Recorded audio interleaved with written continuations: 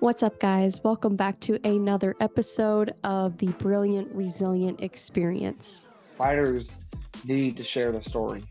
And if I can just get a chance to have one fighter, many more fighters share a story, and then hopefully make an impact on somebody to say, hey, I need to go get help. I need to go to the gym. I need to go and get better. Then they'll see how beautiful this sport can truly be because it has saved my life more than many other multiple ways. Today we have a very special guest. He is a fellow interviewer. So he is in the combat sports world as well, just like me. He interviews fighters on a very consistent basis. So if you haven't checked out his page, he's the creator of The Fighting Now, which if you go on Instagram and search The Fighting Now, you will find it, and you will find all of his amazing interviews with amazing fighters. And he creates content for them as well to help grow the sport and to help give these fighters the attention that they deserve. I'm really excited to have this conversation because I had the pleasure of being interviewed by Jake a while back. So I'm really excited to be on the opposite side and be able to interview him. He's an amazing human being, just a very kind, genuine soul. So I'm so excited to talk to him and have an amazing conversation. So let's go ahead and bring on Jake from The Fighting Now. Hello, friend. Hey, friend. How are you? I'm good. How are you? I'm definitely great. Just glad to get to be a part of the show. Thank you for having me. Yeah, absolutely. Thanks for coming on. Thanks for being patient with me. I was running a little behind today. Trust me, I had those moments where I always like, okay, I need a drink, I need this, and I'm like, then that fighter's like, you ready? I'm like, I'm good. Yeah, I every once in a while I'm always like, can you give me 5 more minutes? Like, I need my caffeine. I fell asleep or whatever it was. I take a lot of naps, so sometimes my naps get in the way of my schedule, but trying to be a little bit better with my time management. So I appreciate you. No problem. Got my caffeine, so I'm ready to go now. I'm ready to go myself. The crazy thing about the Ashley interview that I had was that I messaged you earlier today, and I pretty much had to have 2 Red Bulls before that interview.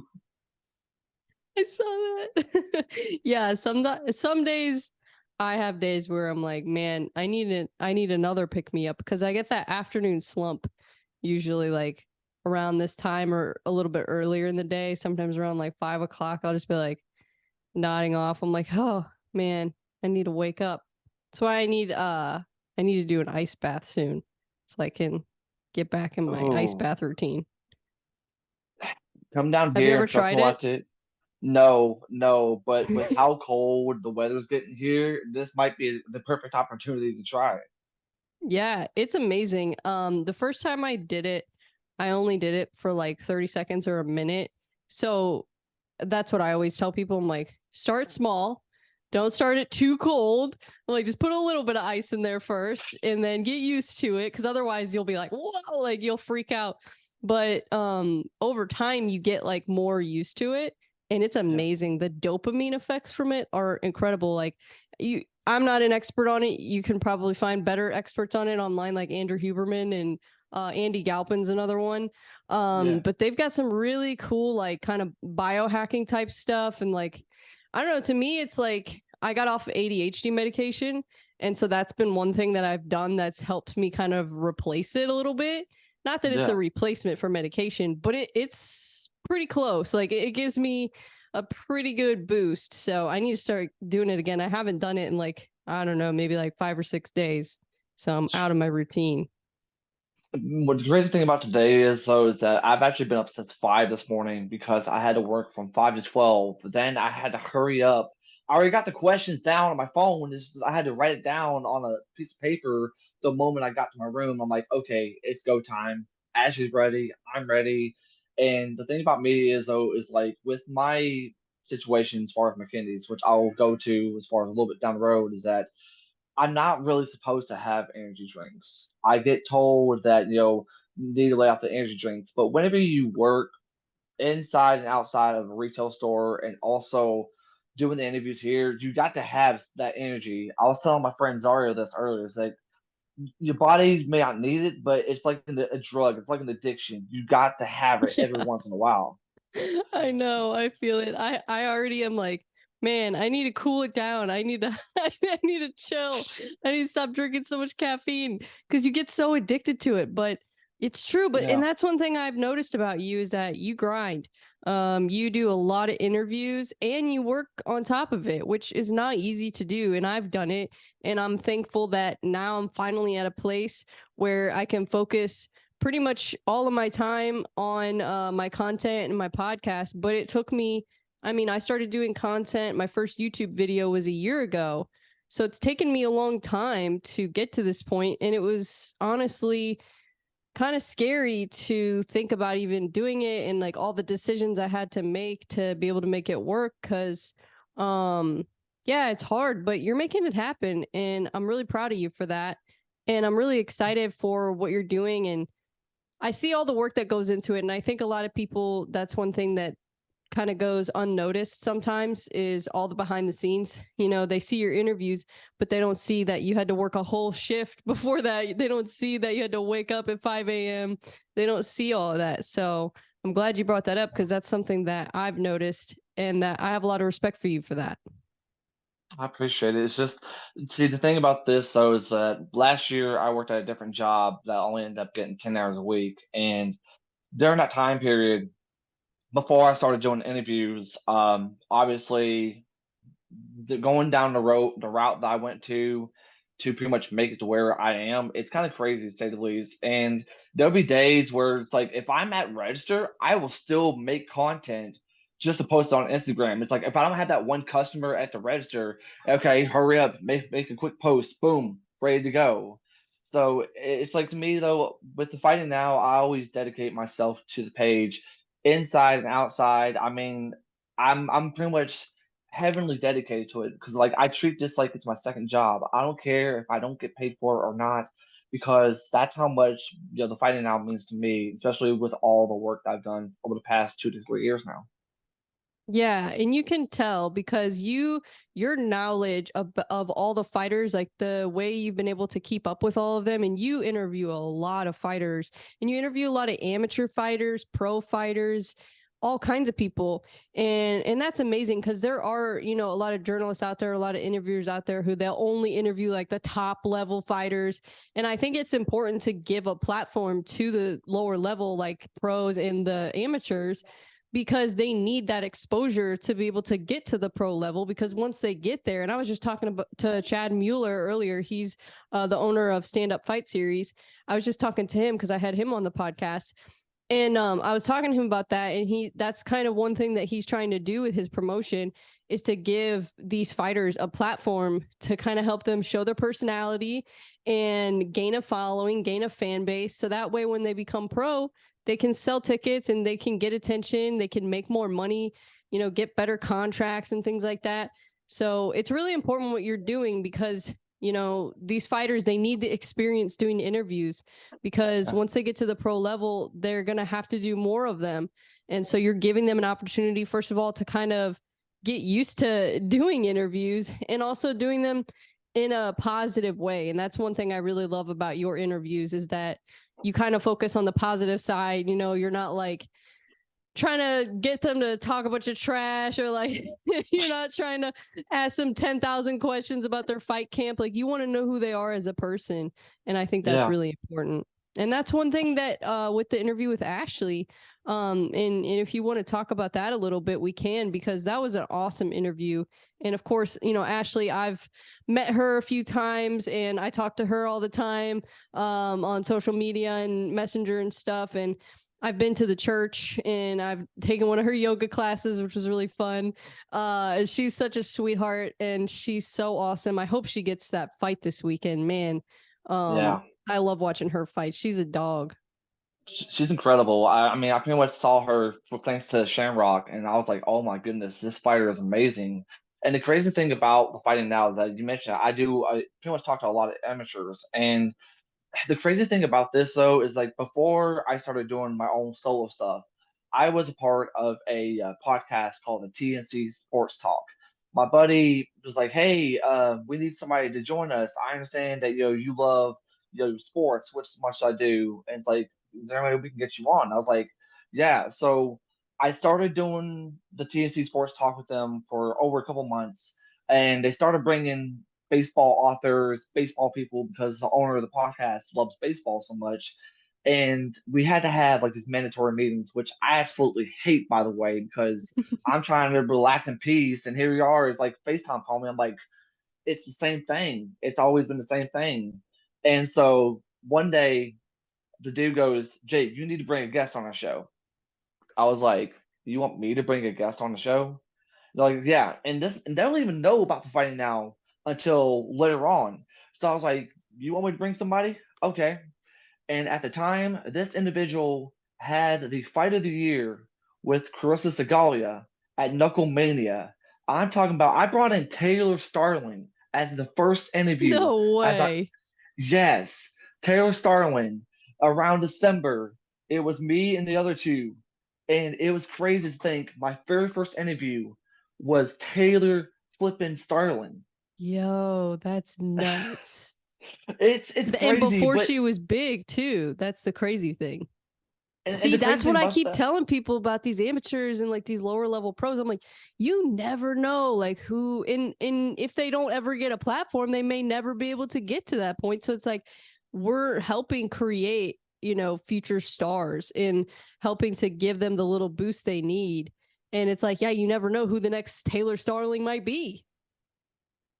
yeah, I was gonna say, and the crazy thing about that is that Taylor Starling was the reason why like I started doing interviews because I'm like, if y'all want me to bring in some people, okay. And then my very first amateur, which I love her dearly, Sandra Arndt. She is such an incredible human being, and the thing about this though is that the difference between TNC Sports Talk's interview with me compared to the fighting now is that they wanted a time limit on these interviews. They're like, okay, Jake, you only got about 15 to 20 minutes. Ah, I'm like, no, I have to do like an hour at least.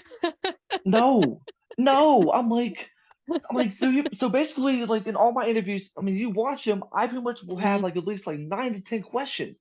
Yeah, You're basically giving me less time to get to know somebody. That's like literally like about maybe five, maybe six questions. right. And Yeah, that would stress me out. I would always go over time if they did that to me. I'd be like, yeah, sorry, I can't. 20 minutes isn't enough. My ADHD is too intense for that. and what's so crazy about that is that I've got a chance to interview this year. I've actually got a chance to interview Britton Hart as my That's second bare awesome. knuckle fighter. It was awesome, but the one thing I really hate is that if you're in the middle of talking to somebody, the dude has a platform to pretty much pop up to anytime he wants. So while I'm in the middle of talking, he pops up. I'm like, am I? And you can see it in my face reaction, like, dude, let me take care of this. This is my interview, not yours. Like, please, just sit down with your little four eyes, go drink some mocha or something. Let me take care of this. This is my time. You focus on the next segment. You're like, I got this. Literally, you can call me George Lopez, and I'm like, I got this. Like, and That's so hilarious. what happened was is that I pretty much started working over at the job that I have now, and that means that more with this new job, I get more hours compared to my last job, which is only 10 hours a week. So that means I won't have enough time to even do the podcast. So I try to leave on the best terms as I can think of. And I remember on very clear that night, the owner started talking to one of my friends. And may I remind you, one of my friends, he's special. He does like Special Olympics. He's in a wheelchair. And I overheard that something that he was getting talked about and he was getting bullied by him. And I took matters in my own hands and I told him, I said, this needs to end. Yeah. And to me, though, I started pretty much going with my own ways, and I decided to do what I do on YouTube. I turned this from a gaming channel to a channel for the fighting now. That's I mean, let awesome. alone my very first interview by myself is Kira Martinez, whose shirt I'm wearing. And the reason why I'm mentioning this because we talked about this. Giving amateurs a platform, they definitely deserve it. They don't get the recognition because, hello, I mean, obviously they're amateurs. But if you Right. just get a chance to shine your light on that one fighter who you may or may not know, you'll see them rise up to the top, and they'll look back on them like, wow, you remember that interview with the Fighting Now? Wow, you remember that interview with Bree? Yep. Exactly. Like I had Keith on before he was champ, like leading up to his fight. I was kind of interviewing him about the upcoming fight. And Yeah, then I had him back on after he became champ. And it's so cool just to kind of see their journey. And I've had a couple amateurs on now. Reese Newman, I just had him on. He's going to be main event stand up fight series next Saturday. And I yeah, had Austin Miller on. He's a fighter at ESMMA. That's where I train. And he's got a lot of star potential. Kendall Whited, I'm going to have him on. He's another ESMMA guy. He's got a lot of star potential. He just won a kickboxing tournament for IKF in Myrtle Beach. yeah, So it's like, yeah, these fighters, you just never know, like I said, and you can see the potential in them though early on. You can yeah, see like, okay, we might have something here, and it might take 2, 3, 4, 5 years, but yeah, you just never know. Like you said with Taylor yeah, Starling, you had her on before when she wasn't, she was obviously super talented, but she wasn't big yet like she is now. yeah, And it's like, and they'll remember that too. yeah, They'll remember who put them on when they were before anybody knew about them. They'll remember it. yeah. The thing about Taylor is though is that Taylor was so genuine. She was very sweet, and you know what? The difference between what I did for TNC Sports Talk to what I do in the fighting now is that, and I'm pretty sure you've seen this in my most of my interviews, is that I'm not afraid to show my emotion with the fighters. I mean, me and Sandra has been by my side ever since I left TNC Sports Talk, and I remember it was her first interview. I got to be her first interview the night she won the Flex Fight Series title, and I remember we was both talking. She opened up about what happened to her mom and everything she's went through. And to me, whenever you see somebody who was like emotional with Sandra at the time, it's like she was like my sister, and she still is, and I think the world of her. I started bawling with her. I don't care who sees it. I don't care because to me though, it's like I want to show everybody that I am with the fighter side because the stories that we share today, especially on the mental side, like me and Ashley talked about, is very, very, very, very improving. It needs to be talked about a lot. Yep. And with these amateurs and like with Ashley, you want to get a chance to show them like, hey, is there right if I'm going to get a chance to interview you? And they're like, you really want to give me the platform? I'm like, the platform is yours. If you got a story you want to share, share it. I don't Yeah. care. I'll take 2 cups of coffee and then we'll can let's just take a full hour or two, let it all out. And Yeah. that's what's so amazing about Ashley, which by the way, shout out to Ashley because the fact that she put that much trust in me to let me interview her, Yeah, it you was were her in first interview. yeah, and I felt so honored. And I remember I had an interview with Callie Patrick this past Sunday, and I messaged you about this. Anytime when you get to interview somebody, you start to feel so much emotion because not too many people realize this, but all the hard work, everything I went through, each interview like I had with Shauna, with Gloria, and of course with Ashley today, it seems like all of the hard work is definitely finally paying off because to me though, it's like, yeah, I will get a little bit nervous once I see the amount of people that joins, but it's worth it in the end because people can truly see how much I'm willing to do for not only just the pros. I love everybody that's a pro right now, but it's these amateurs that definitely deserve the platform more than anything. Absolutely. Yeah, and I love what you said about just not being afraid to open up about things, and I think that's important with fighters because their fans will get attached to them because of their story, not because Yeah. of how much trash they talk, not because of, they have the best spinning back kick or whatever. Like, of course those are things that they're going to notice about them, but what's really going to make them a loyal diehard fan is their story, and that is Yeah. what needs to be shared. And I feel like so many fighters have a story, And that's why it's so important to ask those important questions. Like, like you said with Ashley and her opening up. And I'm so proud of her. She's such a strong woman. To be able to open up and share all of that she did today was really inspiring. And I'm glad she did, because it just reminds you that you're not as crazy as you think, Yeah, and you're not alone. And there are other people who are going through similar things, or people that are going through worse things. And you just never know what's going on behind the scenes with a lot of these fighters. And I think it's so important to share that. And there was a quote. I need to clip this and post it soon, because it was such a good quote. When I interviewed Keith on Sunday, he said something that really really resonated with me. He said, it takes strength to show weakness. And I think that is huge, because it's true. A lot of people don't show their weak side, and they'll be like, oh, you're whatever, and they'll say whatever they're going to say. But the reason they do that is like more of a defense mechanism for them, because they're too afraid to show their vulnerable side. They're too afraid to show their emotions, when deep down those people are usually the one that have the biggest story and the most emotions inside of them that they're bottling up. So I yeah, encourage everybody to just be more vulnerable and be more open. You'd be surprised how many people you can connect with that way, when you show yeah. like your true self. Yeah.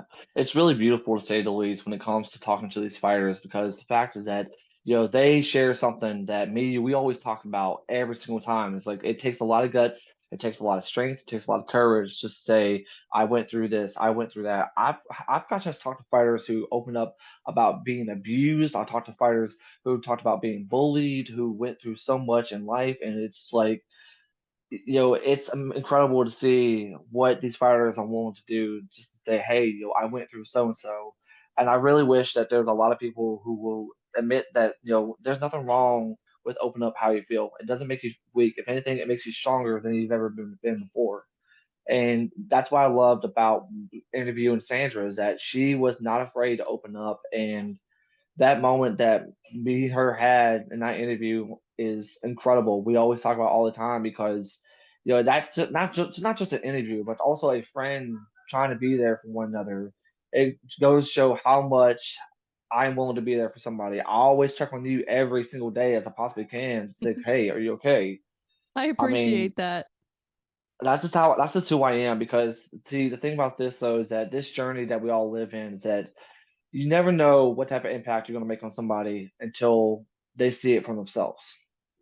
100%. And sometimes, they may not even say anything about it, but they know deep down the impact that you've had on them. And they may never say it. They may never be like, oh, you've had such a big impact on me. But like, it's so huge sometimes. Just one little thing. Like I always say, like, sometimes it just takes one person to believe in you and one Yeah, person to support you, for you to be able to just tap into your potential, and to make a good day turn into, or make a bad day turn into a good day.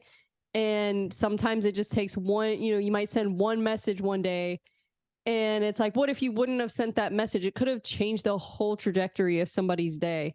So yeah. I appreciate, what you do in that sense. And you always check on me and ask me how I'm doing. And most of the time, like lately, I've been good, but there are days that like, I'm like, I'm not really feeling it. There's some days where I'm down on myself, or some days where I'm like, maybe, maybe I'm crazy. Maybe I'm delusional, like I have days like that. I Oh yeah. do.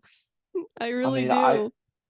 I go through those too, especially when it's like days where it's like if I'm at work and trust me, I love my little small town, but there are days where it's like I just want to just backhand that one customer who got on my last nerves, and Oh, I then worked just feel retail too. I trust me, I know. it's never easy to say the least, but anytime like with me, I always get messages saying thank you for what you do, thank you for making an impact or shine a light. It's like to me, some days I may not feel like that I've made an impact. Other times I may not feel like that I've done anything. But once when people like Kira or of course any other fighter message me, it's like all the hard work, all the things I put myself through is actually really paid off, especially when you shine a light to those that really need it, to me, and I will say this, I'm one emotional guy. I am not afraid to admit that. And I always, tear up in a good way, just say, this is worth it. This is very, very worth it. No, it's good though, because especially with content creators and like, and I hope one day that you start a podcast, because I think you would be really good at it, and you kind of already have one in a sense. You know, it really is. It's just you don't have it on all the platforms. No, But I think that you should, because I think people would love it, and I appreciate content creators, interviewers, podcasters, anybody who is open and vulnerable like that, because like Theo Vaughn, for example, and everybody always jokes around with me about my crush on Theo Vaughn, but it's not really even just I have a crush on him. Like obviously I do. I love Theo, but it's mostly just because of my it's more of like a connection, because yeah, whenever I was going through hard times, whenever I was going through, kind of getting sick, and then before I got diagnosed with lupus and I was dealing with depression and I was dealing with all these things, I listened to his podcast every single day. And there were episodes that he did where he was like crying for like half the episode, literally, and talking. And he would take calls from people who were like alcoholics or struggling with something. And he would kind of help them through it.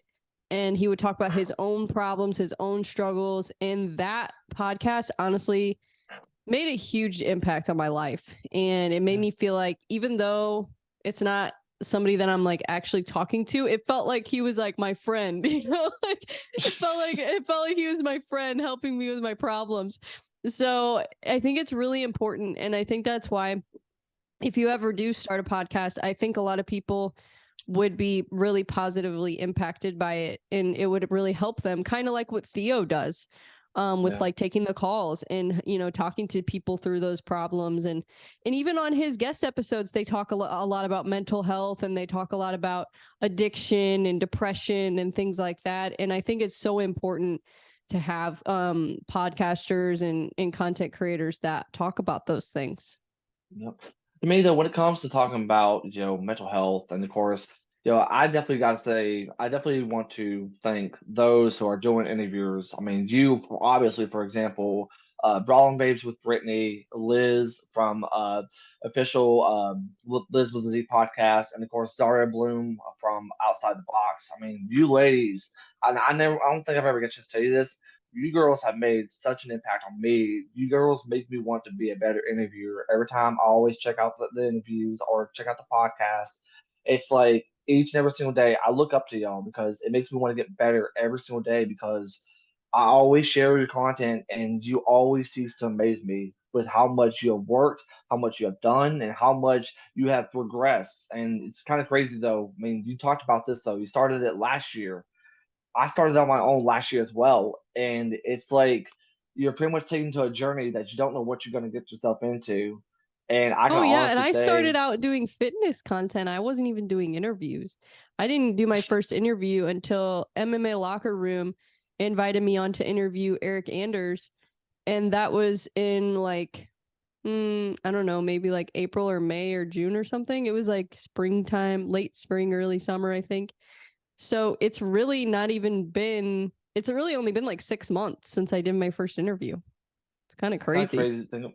I mean, it's kind of crazy about this though. And like, me and Kara, we always talk about this is that, when we first started doing the Fighting Now on YouTube, I I got so lost in the StreamYard thing because I learned it from TNC Sports. And I was like, okay, Kira, if you want to go left, make sure you go right. If you want to go right, go left because it was like mirrored and it was so weird in such a Oh my way. gosh.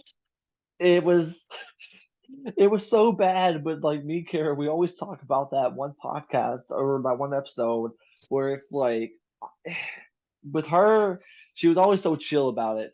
And we are going to try to have a second interview coming up since she'll be fighting in November. So can't wait for that. But when it comes to Nice. the interviews, I'm just like, I'm always looking back at all the interviews because I've got a chance to interview a lot of pros, but I've also got a chance to interview a lot of amateurs. And with me though, with my knowledge and my experience, is like, it's like with you. You got to make sure that they trust you. They pretty much trust in what you're doing. They trust in your questions. They trust in what you have for them. And that's something I always want to do when it comes to either you, when it comes to an interviewer, or any fighter for that matter. Because at the end of the day, as long as I get a chance to have potentially the best interviews as I possibly can, that's what matters to me. As long as I can have that one interview, it's like, pat yourself on the back, like, good job, Jake. Good job. That's awesome. Yeah, I really appreciate what you're doing.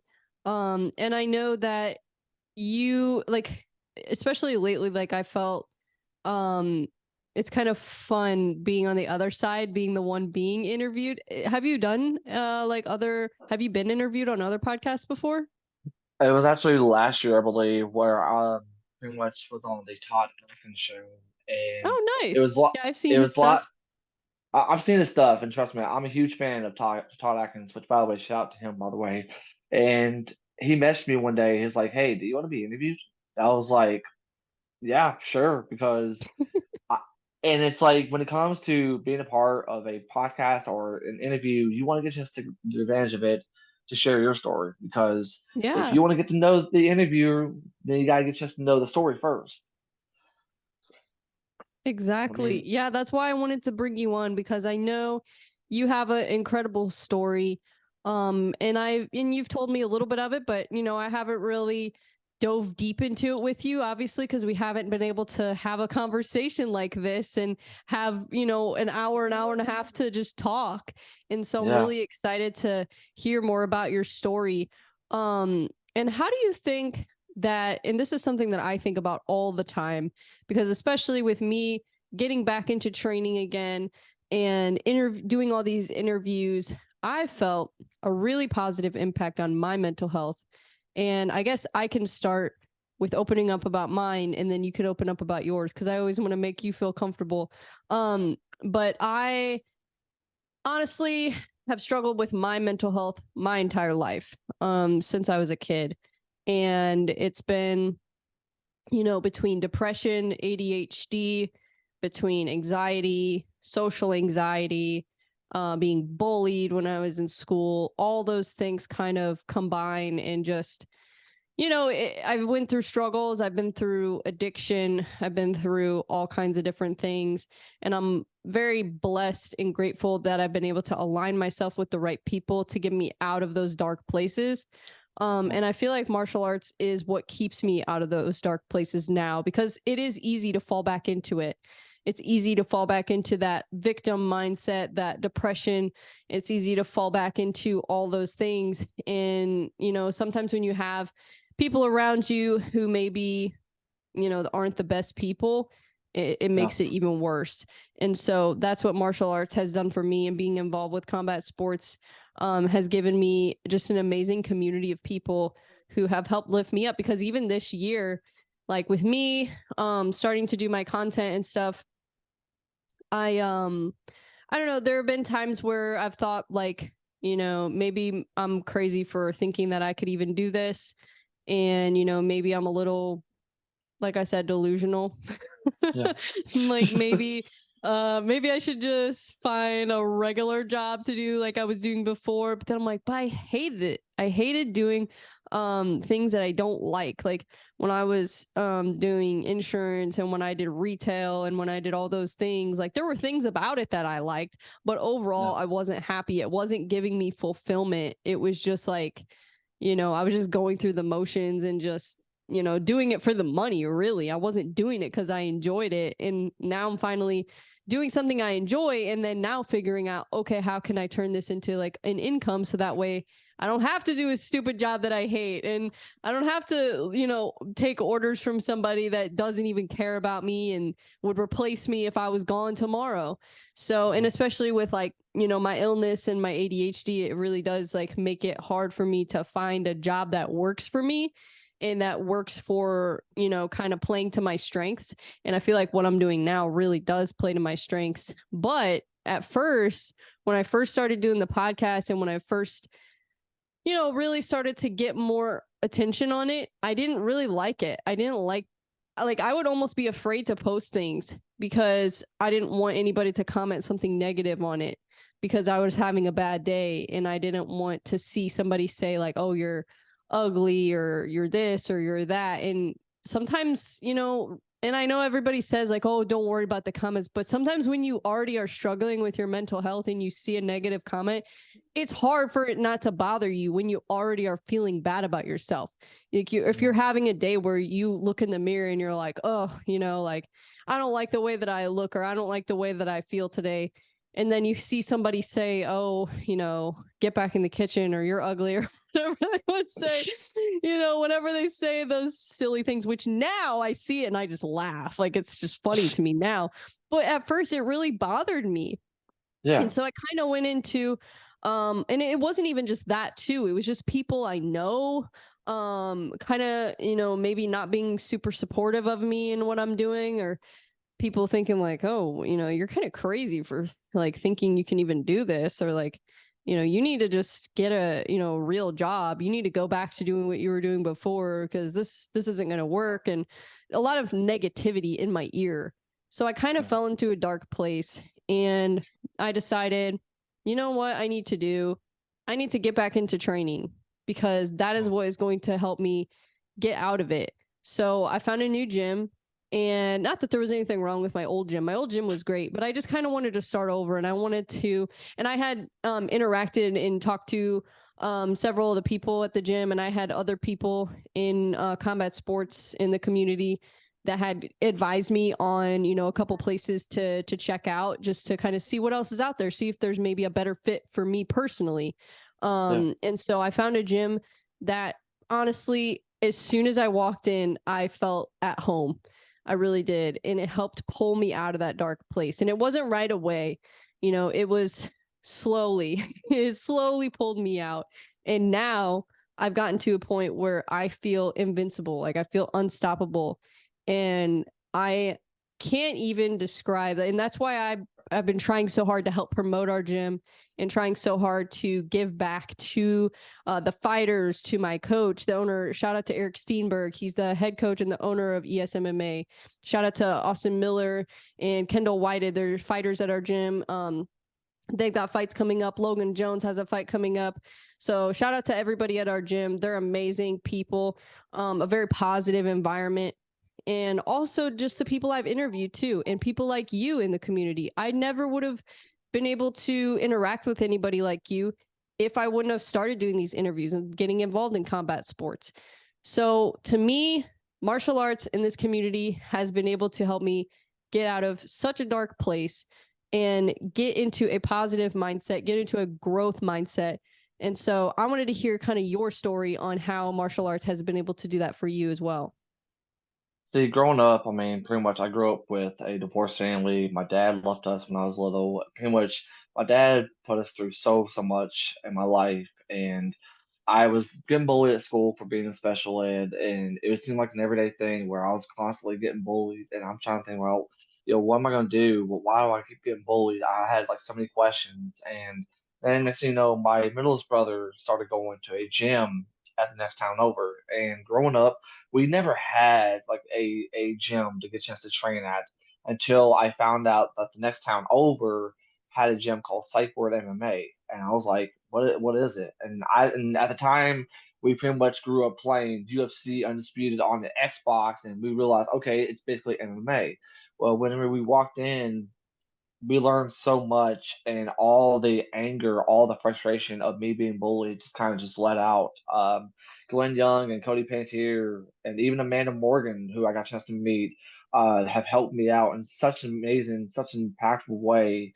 And then about maybe a year or so later, the gym had to close, unfortunately. So I was trying to figure out what was I going to do, what was I going to get a chance to pretty much do for myself until I got a chance to meet an amazing fighter named Hope Neely, who I went to school with, and she was the only girl I know who was willing to compete in boxing. Now, before Barstool Sports took over, she would actually go and compete at the Rough and Rowdy, and everybody was like so excited. She would even go to school in her fight gear.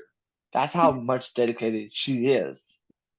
And I love I'm those like, kind of people. They like show up to everything with like a rash guard on or something. They're the it's, best.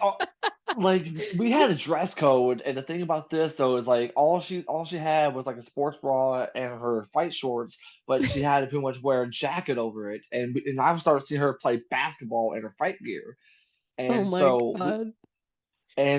we would always talk, and she made such an impact not only on the school, but of course what she did for herself.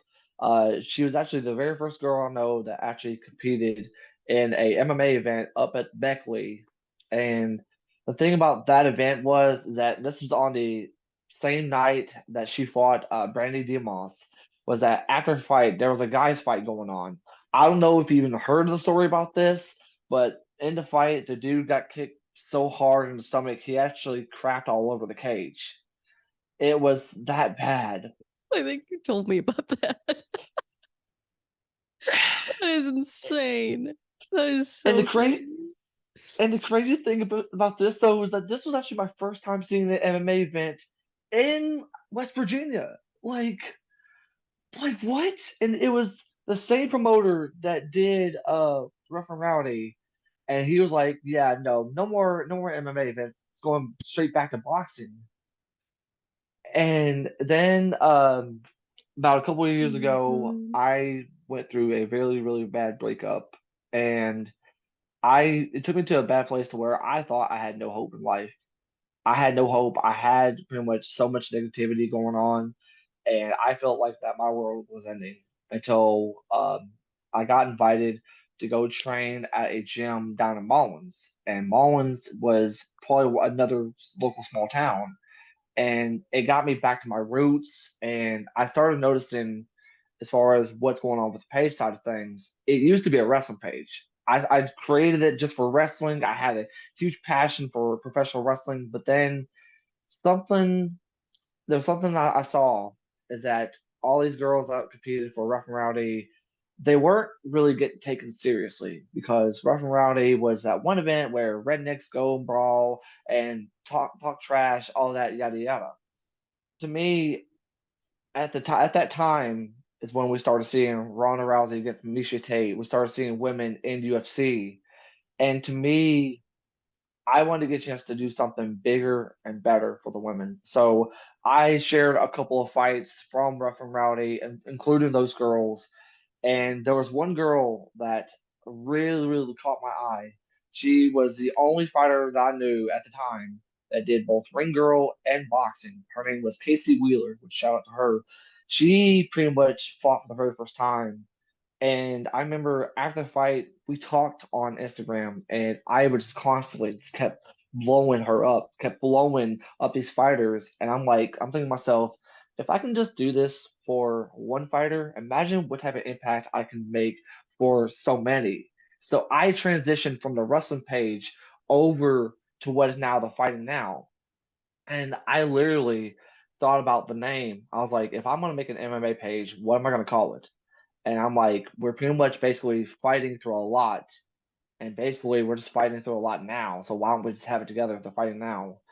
And to me, MMA, mixed martial arts, combat sports have made such an impact on me since I was little that I remembered everything. I remembered how to pretty much throw a punch, throw a kick, the combos that I learned. I pretty much basically learned so much, and I still remembered it. And combat sports has taken such an amazing part of my life to where I went from being someone who was depressed, had a lot of bad anxiety, who went through a lot of self-harm as well. It really, really, really took a toll on me until I started getting back into combat sports. And because of combat sports, because of the people that I've surrounded myself with, and now with you and so many others, combat sports has definitely saved my life in so many incredible ways. I wake up every single day, not even thinking about having a bad day because I got people like you, so many people in my life that have had my back from the last 2 or 3 years. And it's it's amazing. It's incredible because I worked so hard just to try to show my support to the women And I get people message me like, why don't you show support to the guys? Well, no offense to the guys, I'm not being sexist or anything. That's my To job. me, I'll let you take care of that one for me next time. You take care of the ladies. But you know what though? I am gonna have more female fighters on because I started to look at my YouTube and I was like, I need to have some feminine energy on here. I'm like, this is just a bunch of dudes. I'm like, I need to get some ladies on. So I'm having Ashley on soon, and I'm gonna have Nikki. Oh gosh, I forgot her last name. I think it's Nikki Rue, I think is how you say it. I think so, Um yeah.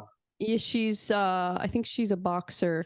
Um I can't remember what her record is, but I'm gonna have her on because she just started following me not too long ago, and I looked at her page and I was like, "Whoa, she's a badass queen! I need to have her on." So I'm starting to kind of branch out. But you know what's funny is I didn't have females on before because I was like kind of like afraid to reach out to them because I don't know, I just didn't want to like seem like I'm like bothering people and like, hey, you want Yeah. to come on my show? You know, because like I didn't have a following before. Now people are asking me to come on my show. So now I feel more confident asking people. And so I'm reaching out more to the women and having women on. But I love that you have mostly females on because a lot of times they don't get as much attention from like the journalists and from the MMA pages. So I think it's Yeah. awesome that you create a No, platform for mostly women. you'd be surprised how I do it because see, when it comes to the women, it's like, when I first started, people would be like, "Who are you?" And I mean, I'm that one nerd. I'm like, I come in peace. I come in peace with sweetness, with kindness, and and they're like, "Okay, you're cool." And the one thing I always do is like, I always make sure I either make a post, ask them for permission, make a story, just to say, "Hey, like you're comfortable, you're a part of the page. I want you a part of the page." And it's crazy to think about this. I was like, I'm always the respectful type. I never really like force or anything. I'm like, hey, with your permission, would you like to be interviewed? Or hey, would you like to be part of a post on Instagram? And so on and so forth. And because of the sport, because of combat sports, I mean, there are fighters like Jordan Edwards, Nolia Vasolio, Hannah, the girl that I talked about with Ashley earlier on. I Hannah mean, Lavely, her Hannah Lavely, yeah, she went Hannah to my high Lavely. school. No way. Yeah. I Yeah. told her that I told her that I was gonna do much send her a shout out because I when should have her on I'm too. you definitely need to because I'm gonna hit her with up. you definitely need to hear her up for sure because me and her we're the type of friends that like after what happened to her last opponent like she'll spill the tea and I'm always like that one guy that'll grab like a thing of popcorn. I'm like, so tell me what's going on. That's Um, hilarious. and the thing about this though is like I'm more than just a sweetheart. I mean, I'm a total nerd. I mean, you know this Me already, too. it and I always tell people it's like if you're the type of person that wants to have that boring personality, then you're not gonna have a life. But if you're that type of person that wants to get a chance to reach out and just show that you're not only just sweet, but you also can be like funny and awesome, then that's for it. And the crazy thing about this page is that coming up in December, we'll actually make it 1 year. I ended up going to the hospital because at the time, and I hate to admit this, growing up in West Virginia, we drink a lot of Mountain Dew. Well, that was my case, and I ended up going to the hospital because of kidney stones. I remember somebody made a post about it for me, and I've seen so many likes, so many comments. I would get text messages from Nolia to so many people in my life, and I always would make updates. I ended up having two surgeries on both sides of my kidneys at the start of this year, and they would always want me to keep them updated. And it took me a while for me to recover, but because of how much I have done for this page and how much that they're willing to be there and support me and be by my side, this page has really truly saved my life. And see, the thing about this though is that I have something in my hand that I told you about that I'm gonna give you. I'm gonna send out to you maybe next week. I've always called people who open up, who always share stuff, this particular thing. I don't know if it's gonna be reversed, but I'm gonna send this to you. It says warrior with the eye and the Oh, I love semicolon that. line. And that's basically what my colors are based off of because it's suicide awareness. And to me, I've always admired the women who have done so much for the sport. And the fact that I have friendships who, like you, like the fighters, I mean, it's a huge, truly of a blessing because this page, you guys are pretty much the reason why I'm still keeping going. If I didn't have this page, if I didn't have the friendships I have, I don't know where I would be. And combat sports has really, truly saved my life to where I know that I can actually do anything. And it was all because of me getting bullied. And what's so crazy about this though is like we talked about medication. I've always been so afraid to take medication because Me I too. seen my brother take medication a couple of days after my grandma passed away, and we it was like she was like a couple of days before her funeral, and he took medicine, and he was a completely like a monster. And I told myself I don't want to ever really want to take meds because I don't want to be that person. I like being the person I am now. I like being the Jake that you and everybody else loves because, you know, if I wouldn't have the personality I have, thanks to my mom, thanks to my family, I don't know where I'd be. And truly, and I can't stress this enough. There's a reason why I always talk about mental health. You've seen this in the interview with Ashley, or you probably saw it in most of my interviews here lately, because I feel like that we're in a place right now that not too many people really take their mental health so seriously. It's like we could have one person today, and then they'll end up being gone the next. And I can't stress it enough because I don't want to see anybody leave this world. I always like try to make like strong, inspirational messages just to say, "Hey, keep going," because Yep. you talked to me about this on my show, and I want to talk to you about this on your show. Is that not too many people really recognize this, but we need who we have right now in our life. We need to cling on to that because we don't know what's going through their minds because the mind is such a strong, strong thing that they can have a smile on their face one day and then they could be gone the next. And 100%. to me, I always want to talk about this because the fighters need to share their story. And if I can just get a chance to have one fighter, many more fighters share a story, and then hopefully make an impact on somebody to say, hey, I need to go get help. I need to go to the gym. I need to go and get better. Then they'll see how beautiful this sport can truly be because it has saved my life more than many other multiple ways. And I'm not afraid to admit that because it's tough. It's tough. I mean, one day I can be smiling, happy, checking on you, and other days I would just sit at the end of edge of my bed, just start bawling my eyes out. And with me, I'm very, very passionate about this page. I'm very, very passionate about this platform because it's never. I can't stress this enough.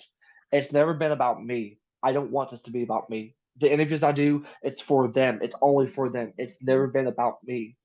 And and I want this to make sure that the women, every single woman I interview, know that you belong in the sport, no matter how crazy, how dysfunctional, or how messed up this community can be. I want them to know that all their hard work and dedication to what they're doing means something to me, and hopefully will mean something to every other person that's involved. 100%. I love that message.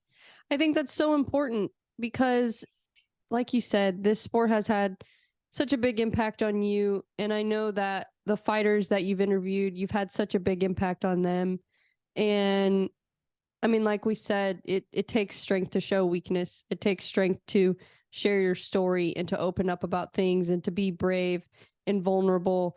And it's important because you never know who you are going to impact. And you may never know. You may go your whole life never knowing that one person who maybe one day they woke up and they were like, I don't want to be here anymore. And maybe they Yeah. saw your story. Maybe they heard one of your interviews, or maybe they heard something you said or saw, you post about your story. And then they thought, okay, well, if he can get through it, maybe I can get through it too. And I think that's Yeah. what it is. It's so important, especially for people.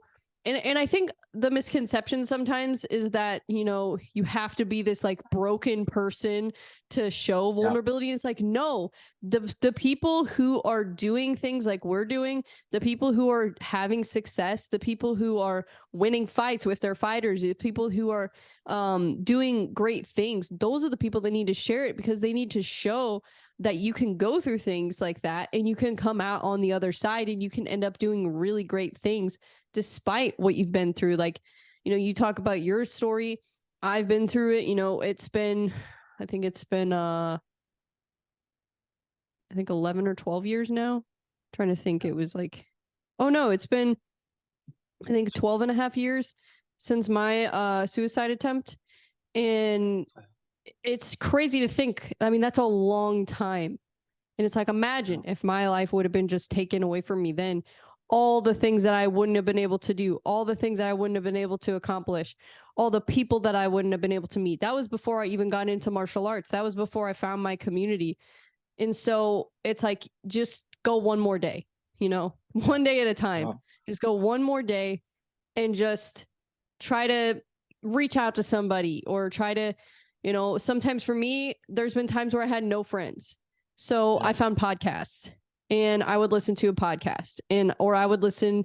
Stand up comedy is another thing too. I love stand up comedy because sometimes when I don't have any friends, it's like, okay, well, I can listen to this person talk and make me Yeah. laugh. And a lot of times too, what people don't realize about comedians, they're a lot like fighters. They go through a lot too. And that's what makes them who they are. And that's why they're so funny, because they've gone through a lot of pain to get to that point, and to be able to share their stories and be, open and be themselves. And so I think it's so important to find people, find community. If you have the opportunity to go to a martial arts gym, go to a Yeah. gym.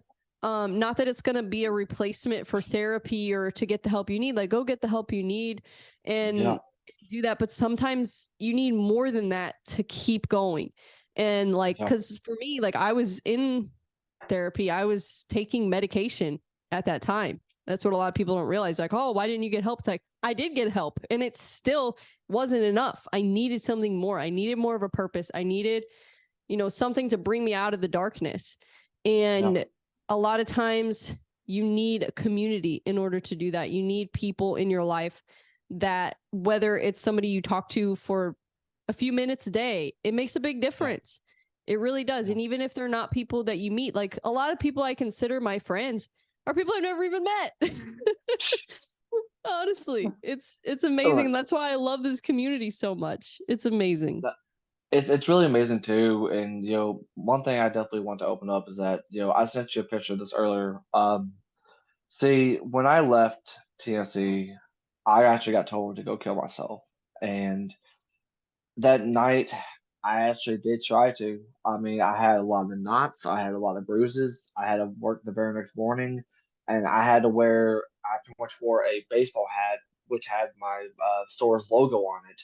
And I made sure that nobody would see how black my eyes would be until somebody saw me and they're like, Jake, what happened? I said, I'm good. Then they ended up telling my mom, and I pretty much had to open up to her about it. And I'm just like you. Like when I got bullied, I went Sorry you through went through therapy that. session. Really, truly, if you think about as far as when I left the TNC, I mean, I feel like that this was kind of meant to be because, yeah, I don't have the friends. Like I barely have friends in my town anymore these days, other than some of the people I talk to. But really, truly, like my friends are with you, Jordan, Nolia, Kira, Zaria. There's so many people I talk to on a daily basis that they even allow me to get a chance to text them. And I always talk to them every day because, they're just like me. We all go through so many things in life that we all need each other. And it's like, in a sense, I really need the people in my life, not because they helped me make the platform what it is today, because I get a chance to pretty much show my love and support to them, but because they understand me just like you do. And just like she said, I mean, I can't stress this enough. I've always preached to it every single interview that I'm in. go get help. But second of all, this is something I made a really good point with Ashley earlier. Sitting in a room is not going to do you anything. Sitting, and don't get me wrong, I would always listen to music because growing up, music was my go-to. Music was my Oh, me escape of too. life. Music was like that, or just doing something, just clear your mind would actually help me out. But go out there, go get the help they need. And I've always said, go and be a part of something incredible. And something that I really wish West Virginia would start doing is start taking things seriously when it comes to combat sports. Like, don't get me wrong, boxing's great. Boxing is meant for some people. But then again, there's always that one person that either wants to be an MMA fighter or they want to get involved with jiu-jitsu. And unfortunately, West Virginia hasn't really done any of that. I mean, really truly, I don't even know if you guys have even think about Rough and Rowdy or Redneck Brawl that's out, but they make West Virginia look so embarrassing sometimes because they think that, oh, that's that one state that has a bunch of redneck fighters go in there and clash in the ring and then duke it out just to see who wins the next Chevy pickup truck or something like that. Like like I know, honestly, and that's something I never really kind of thought about until recently. I'm like, wow, we actually have a really awesome combat sports scene in St. Louis. Like, I kind of took it for granted a little bit. And now I'm starting to really dive in, and I'm covering the Shamrock fights. I'm going to do post-fight interviews on Saturday. And then next Saturday, the Saturday after that, I'm going to stand up fight series, and what Chad is doing for kickboxing is amazing. So yeah, if you're ever in St. Louis, we'd love to have you at one of these events for sure. Definitely. But I get what you're saying, and I wish that there was something better out there for you. Um but yeah, I think it's important to have that. I think that um just having a place for the fighters to go and show their skills and show their talent, I think that's yeah. huge. Hopefully that I mean, changes. really, truly, like the only boxing event that actually does something good is a Tough Man, which they don't get enough love and credit to what they do. And I think New Line Cage Fighting has been having a couple events here and there. But as far as like the closest thing I can get you to go check out is 24/7 promotion up in Pennsylvania. And what's so crazy about Tough Man, or sorry, Rough and Rowdy is that I've been a part of Rough and Rowdy events for so much to where, like, even as a kid, I was that one kid that had the DSI camera out, just taking photos of the fights because I thought they were so cool. And now it's like Rough and Rowdy because of Barstool Sports. I mean, don't get me wrong, what they're doing is awesome. I mean, they're bringing boxing, but at the same time, though, they're bringing in Jello wrestling. They're bringing in a lot of crazy Yeah. stuff. My best friend, who was actually a part of the Ring Girl stuff, said that they definitely don't take appreciation to any of the hard workers. And there was a couple of times where it's like, what if I can try to reach out to Barstool? It's like, hey, like, let me get you to help you out. This is my home state. This is something I'd love you to be a Yeah. part of. Well, no, unfortunately not. And I'm kind of hoping that West Virginia kind of gets one scenery where we actually get a chance to have more than boxing because whenever people say, well, what about Muay Thai? People be looking at you and be like, what's Muay Thai? What's Jiu-Jitsu? I mean, they've heard of kickboxing, they've heard of MMA and boxing. That's it. Like, there's no such thing as Muay Thai. There's no such thing as any other thing because and I hate to even admit this, but West Virginia is known for being that one state that everybody loves Mountain Dew and pepperoni rolls. That's basically it. Well, hopefully that changes. Hopefully you guys get somebody like Chad Mueller who can change that. We're blessed. That's We have people like that are doing amazing things, and they do it because they love it and they want to help the fighters, not because of their own selfish reasons. And I think that's important. I think if you can find somebody like that for your community, hang on to yeah. them. hang on to them and help them. And that's why I'm trying to help out with my gym and helping Chad, because I see what they're doing. I see what Eric Steenberg is doing with ESMMA.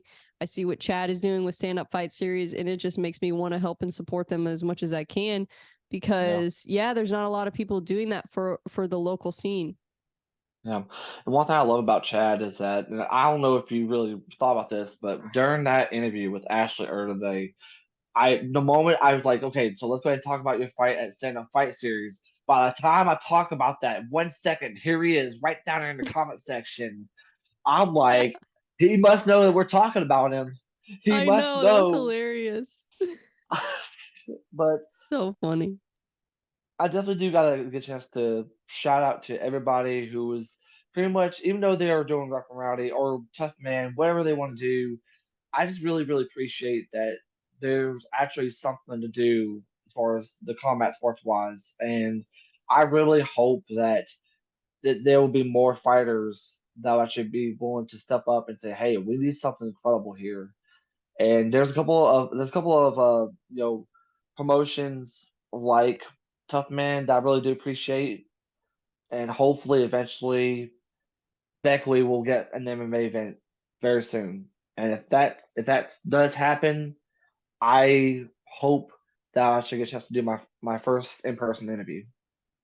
Yeah, that'd be awesome.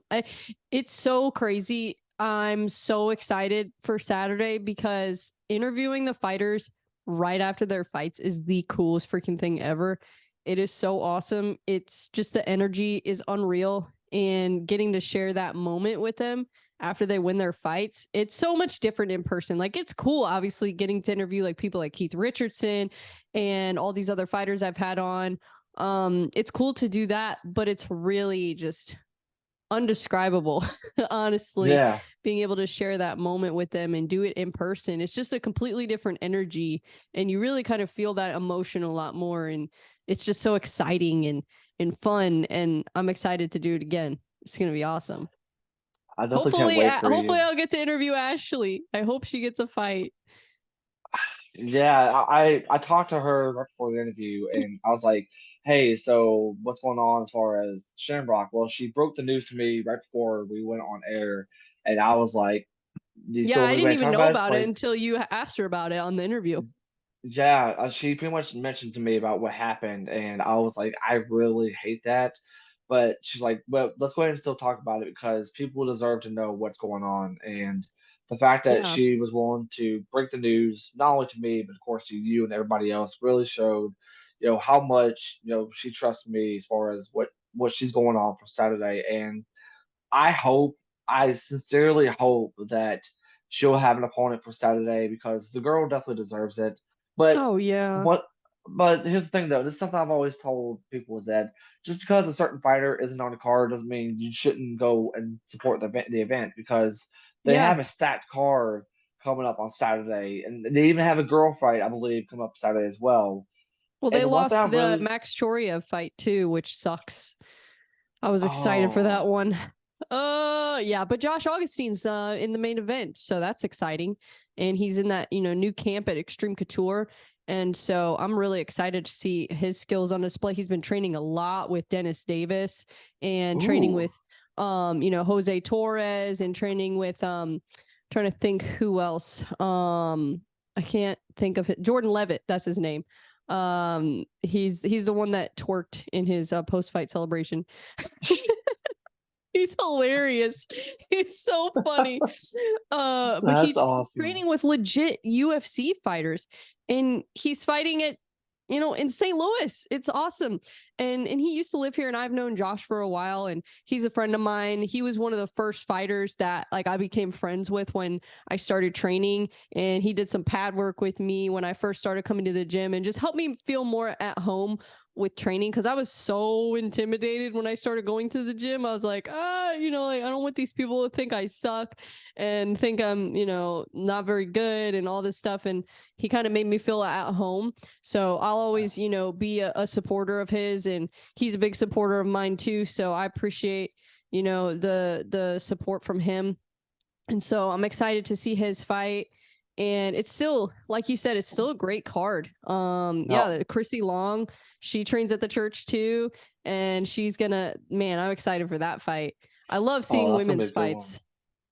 Yeah. They get everybody excited to say the least. And one thing I love is that for anybody that doesn't know, it's going to be on the Fight TV app, which you guys can download for free. I don't know how much the event will probably be. Probably maybe about maybe 10, maybe 15 I think it's bucks. like 20 bucks or something like that. 15, It 20 bucks. the To me the money's worth it though because you guys get a chance to see. Actually, we actually have a lot of great events coming up this weekend. We have the Yeah. Shamrock event.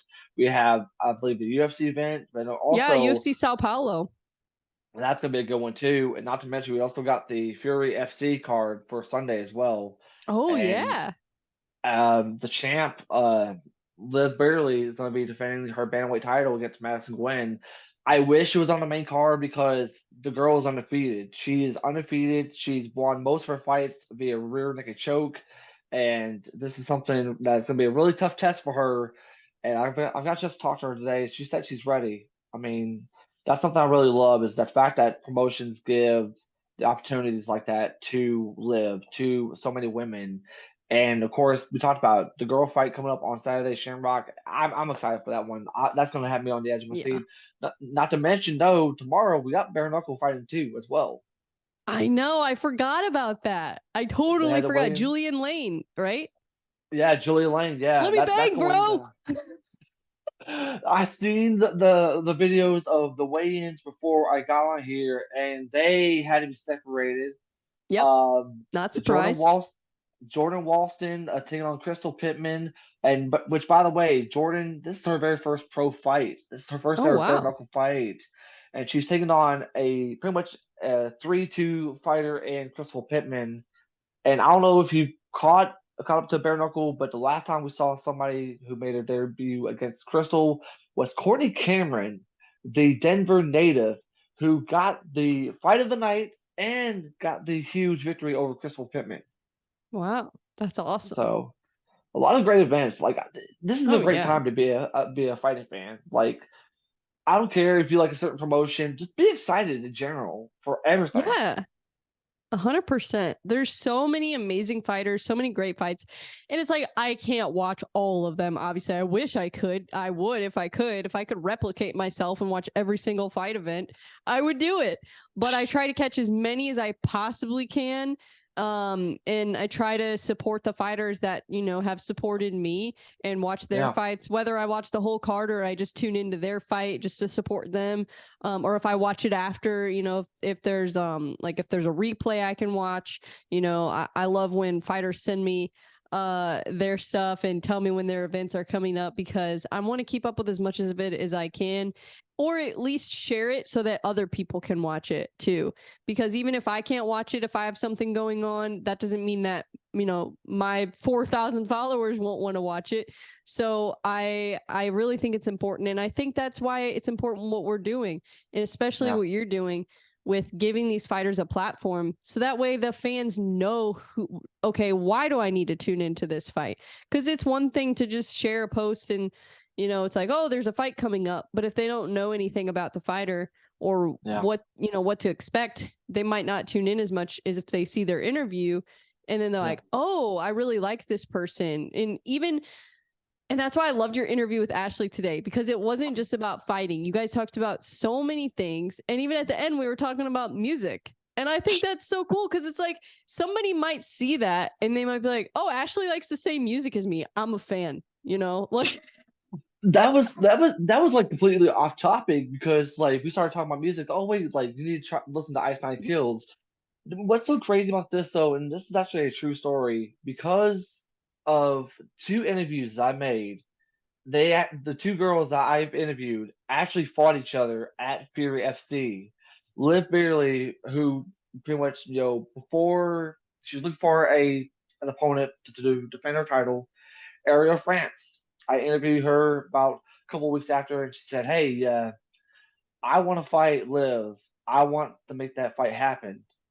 About maybe a month, maybe a couple months, or a couple of weeks later, I see the poster of Liv and Ariel, and Liv tried to make sure that I got all the credit for making this fight happen, both her and Ariel, because That's if awesome. I if I didn't have that page, they wouldn't have got a chance to found each other. Wow. Like uh, like That's France crazy. France literally lives. I think she's either lived in Utah or Idaho. She literally flew down to Texas to make this fight happen against Liv, and Wow. that that's what's so special about this page is that. And here Yeah. lately, I don't know if you've seen it, but of course, you helped me out with this. I would have people come up to me like, "Hey, can you help me find a fight?" Well, I was like, "Yeah," and lo and behold, Gloria Watson, she was looking for an opponent for a friend, Kira. I was like, "Yeah, we collabed and everything." Next thing you know, the fight's happening. Kira gets Bloody Valentine next Saturday at any fights. I'm like, Oh my gosh. Well, and that's why it's so cool that you had Ashley on, even though her fight kind of fell through. Who knows? Maybe somebody will see that interview and then you'll help find her an opponent. Or maybe somebody knows somebody and they saw that interview and then they reach out to somebody who they know. And you just never know. And that's why it's good yeah. to get the word out. And that's why it's so cool what you're doing. See, see, one thing I love about this page is that, we're all one big family. It's like, like what we try to do for Haven is that we try to find her an opponent for, I believe, in Oklahoma on the 18th. And I'm hoping that, her friend finds an opponent because here lately, something I've noticed, I don't know if you noticed, but we're seeing a lot of fights, being announced, making it happen, but then about a week or two later, the fight gets dropped because of opponent cancellation. Yeah. And and this is Especially at the something, local level, too. It happens all the time.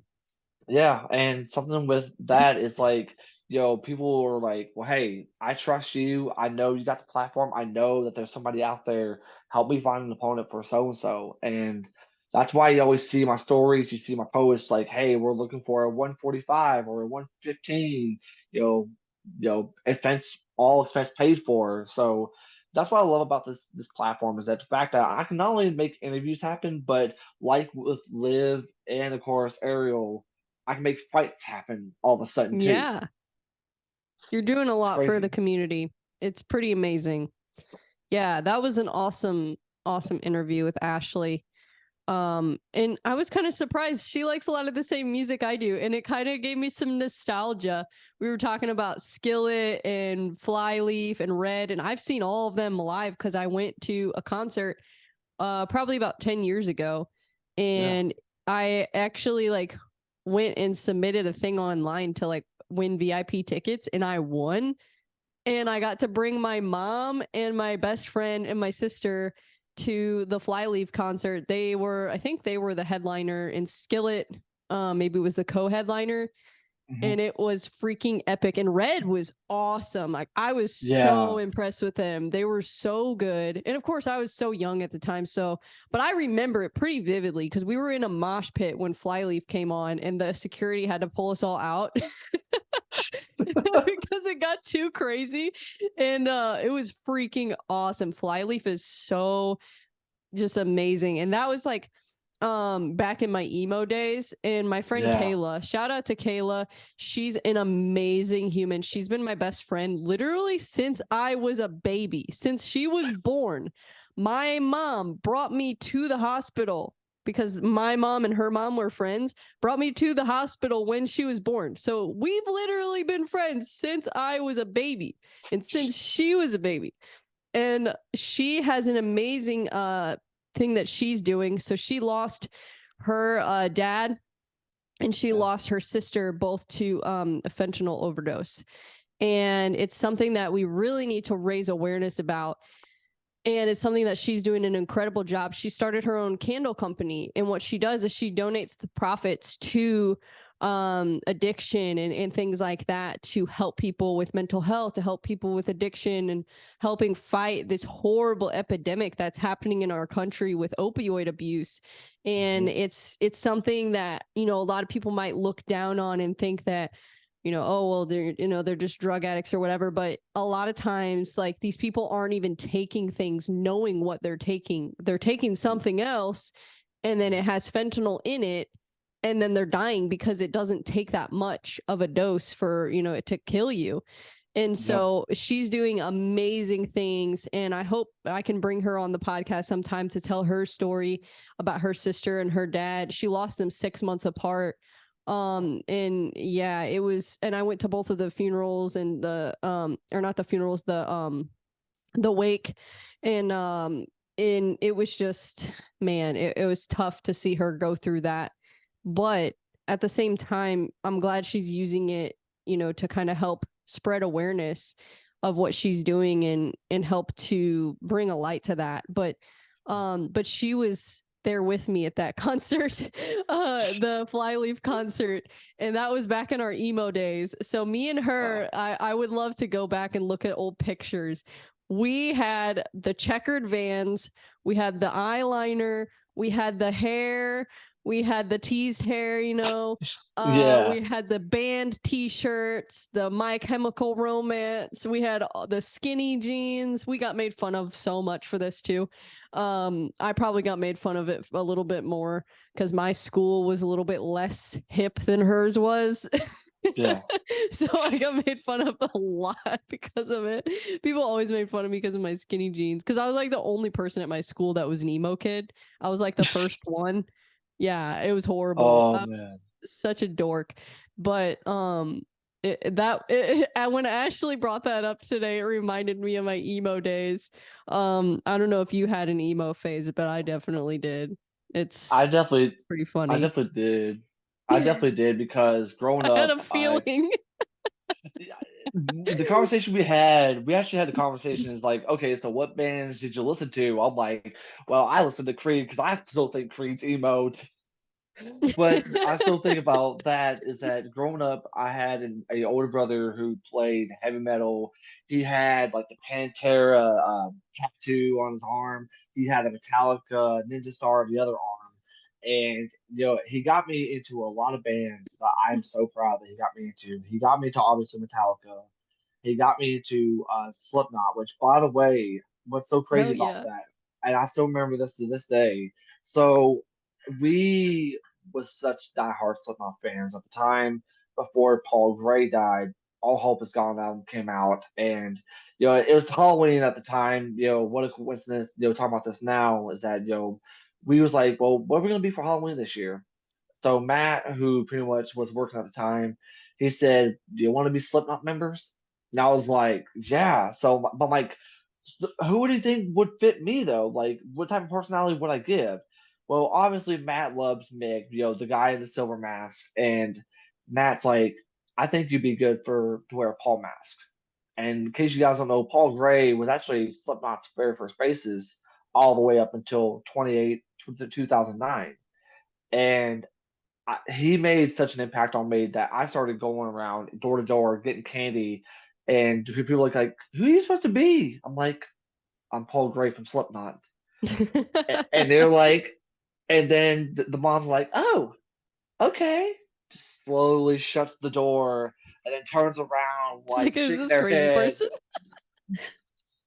and because of that, I it's something I don't think I've ever told you or maybe told most people, but because of my love for both music and sports, I pretty much was in the marching band during my time of high school. And I would have the hair to where like I would like wouldn't even see. I would like have to like shake my head off. And then, at the time, and I hate to even admit this, you'd be surprised how my personality has changed from back to high school to where I am now. I hated people back then to where if I'm on a bus, I would literally wear these every single time I'm on the bus. Like I Same. want to talk to you. I don't want to talk to you. Like let me focus on my music. Then all you hear is nothing but Linkin Park to Green Day, and the top three bands I'm thankful my oldest brother got me into was Slipknot, Metallica, and even some bands like Creed out of all bands because I, it was something about Creed that I loved, and another band too, Alter Bridge. One of my all-time favorite bands is Alter Bridge. Well, when he moved, I was like, well, since he's gone and I don't get a chance to figure out any music, what should I do? So I pretty much just started going through a phase where I'm listening to Seether, one of my favorite bands too. Oh yeah, to that was one I really liked too. Avenged Sevenfold, Avenged Breaking Sevenfold. Benjamin. But I used to oh, listen to Breaking all that Benjamin. stuff. Breaking Benjamin had so many great songs, and they still are killing it right now, and I'm glad that they are. And what's so crazy about Red is that I went to a concert, and I'm surrounded by like these little church folks who are like, "Oh, I wonder who Red is." Yeah, it's a This was Christian when band. it's a Christian rock band too, and Yeah. so next thing you know, this was around when their second album, Faceless, I believe, came Hmm. out. And the lead singer dressed up like he's getting ready to do something crazy. The very first song, you feel the flames, and I'm like, oh my goodness. And then I'm looking over at the next person next to me, like, oh my goodness, I'm going to go to the restroom to try to miss out on this. I said I'm not. And what's so crazy about that is that Red has been one of my favorite bands now. It's also led me to Skillet. It's also led me to a lot of bands today. And what's so crazy about today is like if you noticed on my Instagram, every single reel that I use, as far as like a fight reel, photo, whatever you name it, I always make sure I put in metal music or alternative music. So I love that. you hear Bad Omens, you hear Motionless in White, you hear Starset, you even hear Hollywood Undead out of all bands because I remember my phase with them too. I listened to all the emo bands, like anything that was like screamo or even like the more electronic stuff too. Like 303 was one I used to like, oh, and those were good too. Breathe Carolina, and like all these like I listened to all of them. Like I had a phase with every single one. And was okay. So going back to Skillet, I'm trying to remember because I went to that concert with them with Flyleaf. Do they have a female drummer? Yes, her name is Jen Ledger. So what Okay, happened I was was trying to is remember. so the album Awake came out, and that was the one that had Hero, Monster, Awaken Alive, Mm-hmm. and they actually trusted her for her to do both vocals and drumming. That's And I so don't know if badass. it is. And now on certain shows, they actually put like a little crane underneath her drum kit, and she'll start playing if she's like 15 to 20 feet above, and she'll still be singing. Oh, that's It's so cool. crazy. I It's remember. crazy. I couldn't remember if it was in Skillet or if it was a different band that night, but I remembered the female drummer because I play drums too, and I was in a band, and it was shortly after that, like a couple years later, that I joined my band, and we were starting to play shows and stuff, and I was really inspired by her because you didn't really see a lot of female drummers. I mean, the No. drummer of the Velvet Underground was female. Mo Tucker, White Stripes, obviously. We love Meg Yeah. White. She's a freaking badass queen. And there's some other female drummers too. Like I think Lenny Kravitz drummer was female, and she did Hmm. some other projects too. And there's a really great documentary on Netflix that has some female drummers on it. I can't remember the name of it, but it's a really awesome documentary. But I remember being really inspired by that. And I think that's why I get so inspired watching female fighters too, because it's like, okay, you're doing something that not a lot of women are doing. And a lot of No. women get discouraged from doing because it's like, oh, you're a girl, you can't do that. Like that's what everybody told me when I started playing drums. Like, you're a girl, you can't play drums. I'm like, watch me, dude. Watch me. What's so crazy about being in the marching band was that I was a percussionist from all the way from middle school all the way up to my senior year in high school, and That's awesome. my our snare drummer, one of them would be a female, and she would absolutely kill it like the way she would, Yeah. and it's very crazy because we are that group where we was like so nerdy, we didn't care, we was like so emo. Like one day during class, I will let them paint my fingernails black, like it's not like there's nothing. It's like, you want to paint my nails black? Sure, go ahead, you take it. I don't care. I didn't care, and that's one thing I loved about our group is that we all loved the same taste in music. That we went to a competition one day. It was a bad day for us, and we all started listening to a lot of like Three Days Grace, to a lot of like Breaking Benjamin, even Papa Roach too. I can't forget about Papa Oh Roach. yeah. Oh And my gosh, I remember. I was obsessed with so them at one point too. I was like so emo that do you remember the Rock Band and Guitar Hero games at the time? Yeah, Well, I would literally get $5 of stack money every single day. I would save it up to like a $25 gift card to Microsoft Points and then just buy whatever song that I know that I could play or even want to play at least. that's awesome. Guitar Hero was the best. Yeah, my emo phase was something else. But it was cool cuz whenever I joined the band, that was when I kind of started to get out of that phase a little bit and like Yeah, it's funny because like I was still that person, but I started to kind of tap more into like my, I guess, my feminine energy. And I think it was because I realized that I can still be myself. I don't have to be like, this dark, depressing person. I can be myself and love the music I love and do the things I love to do and hang out with the people that I like to hang out with and do it in a way that, kind of I can still be like cute and feminine and fun and be a kick-ass drummer at the same time. And that's what I love about female fighters too, because a lot of yeah. them like are beautiful, gorgeous, funny, just really sweet. Like Ashley, she's beautiful queen. I love talking to her and she just inspires me so much. Shout out to Ashley Pryor. She's amazing.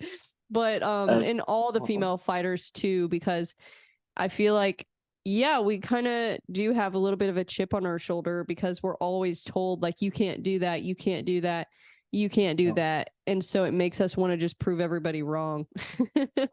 See, that's the thing about this. So it was like when it comes to like the fighting now in the page, there's always been a lot of talks as far as like women. Like obviously, the women if they start doing fights, they're gonna need some sponsorship.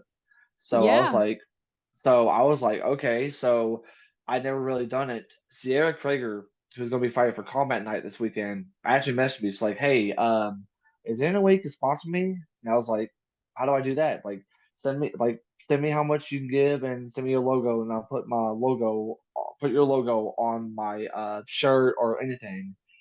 And I'm like, okay. So she was actually the very first fighter I've ever got a chance to sponsor, and That's because of awesome. that, it made me it made me want to get a chance to help them out even more. So I started taking money out of my own paycheck after I get done because if I didn't have any bills, I'm going to sponsor these fighters.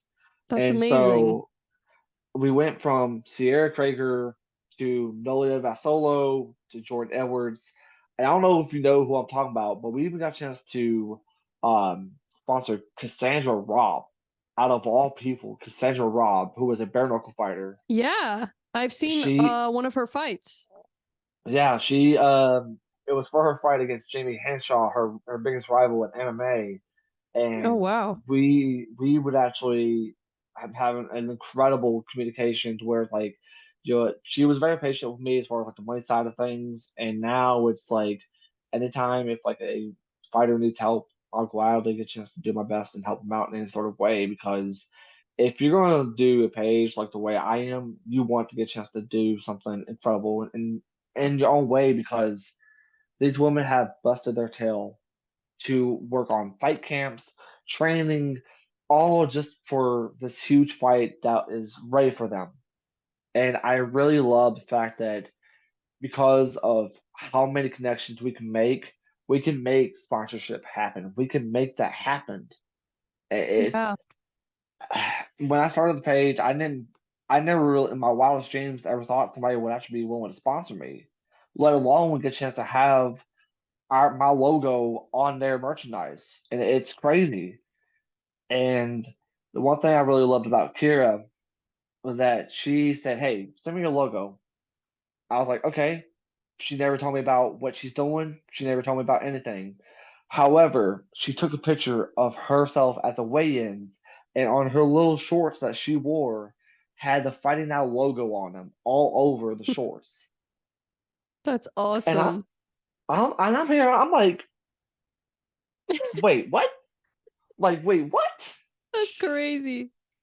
I hope I can Uh, get to do that. I hope that I can start bringing in some money from, hopefully I can monetize. I'm close. I got a little over 400 subscribers on my YouTube channel, so I'm getting close to that 500, and I know it's going to happen soon. I'm hoping it'll happen before the end of the year so I can hopefully soon start bringing in some money, and then hopefully once I get to the point where, I'm kind of bringing in a consistent income, can help, Yeah. kind of give back to the fighters a little bit, get back to my gym, and hopefully be able to do the same thing. Because I used to own an insurance agency, and when I owned that agency, I actually, funny enough, who's fighting this weekend, I got to sponsor Josh Augustine, and it was really cool, and I really appreciated that opportunity, to be able to use my business that I, worked so hard on, and um to be able to use that to give back to the MMA community was really cool. Yeah. So that's what I'm hoping to do with mine too.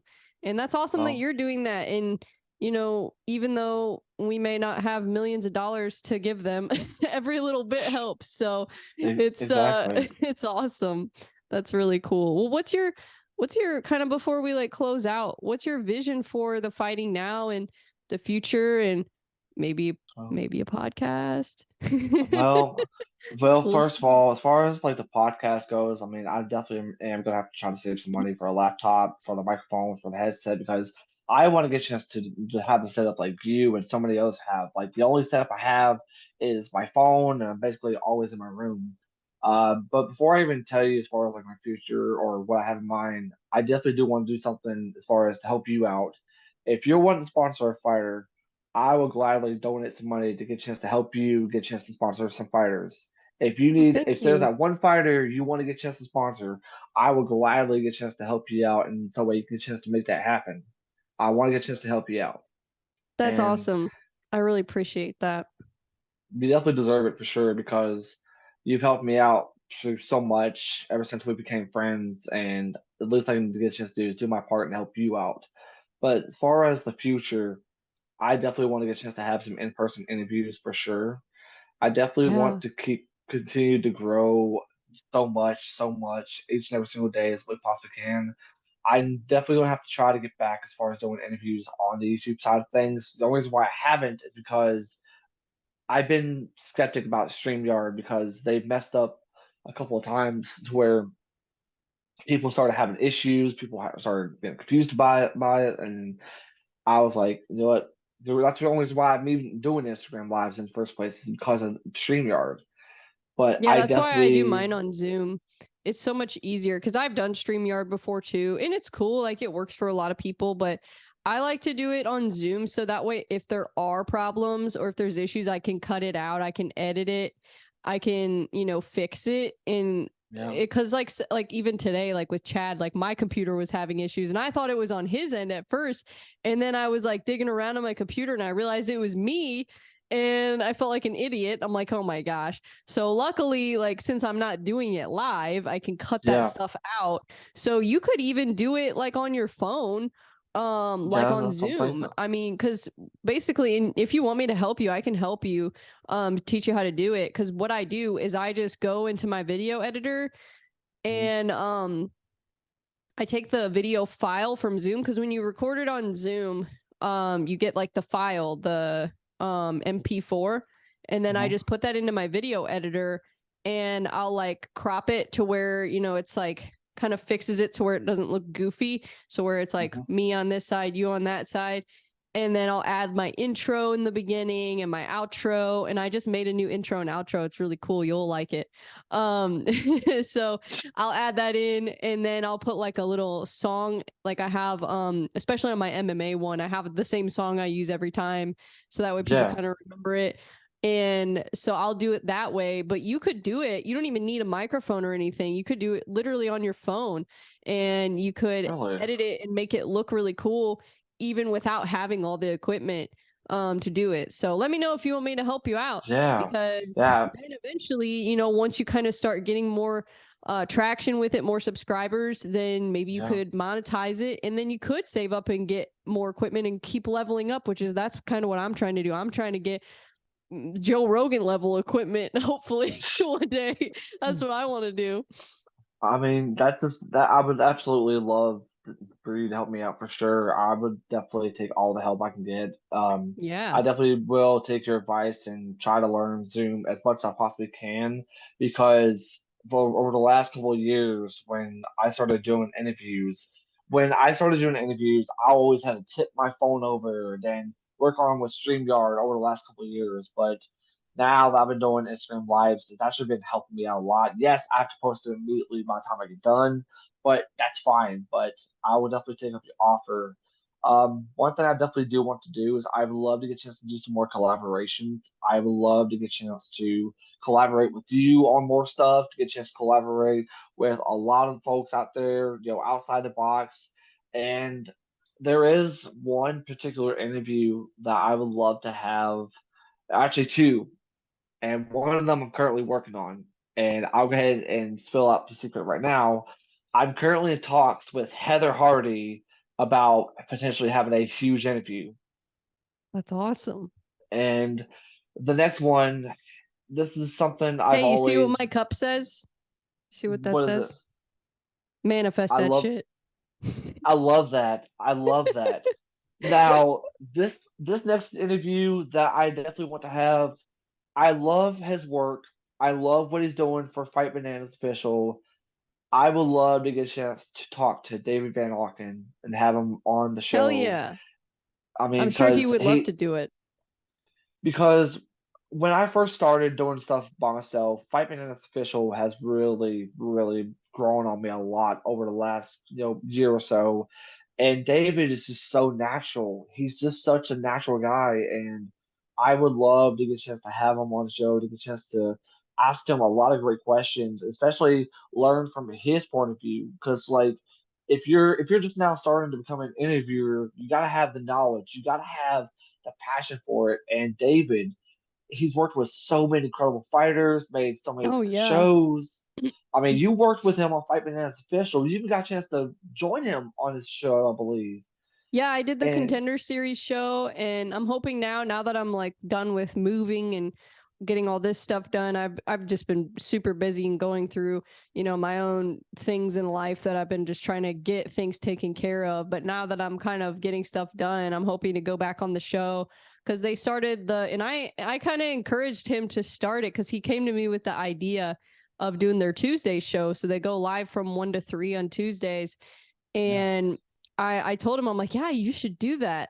And they just had a huge one on Tuesday with Jorge Masvidal was on it. They had a bunch of the Game Bred fighters on. It was freaking sweet. And I didn't get a chance to watch it because I was busy at the yeah, time. So I'm gonna go back and watch the recorded one. yeah, But yeah, they're doing some really cool things, and I'm really excited to kind of get back into it and be a part of it again. And yeah, obviously I'm covering the fights this weekend. And last time I did it, we collaborated on some of those interviews and content with yeah, Shamrock and Fight Bananas. So you should definitely reach out to him. I'm sure he would love to do it. yeah. And he's a really great guy and he's hilarious. So I had him on my podcast, and he's really funny. So I love that he has fun with it. And that's kind of one thing that I like about the show. And Maddie Levine, if you get a chance to collaborate with Oh, her, already got a chance to interview her. She's such a oh sweet yeah. person. I love Maddie. Awesome, awesome person. She's so Uh, cool. And she Jillian is. Robertson too. I love her. She's got such great energy.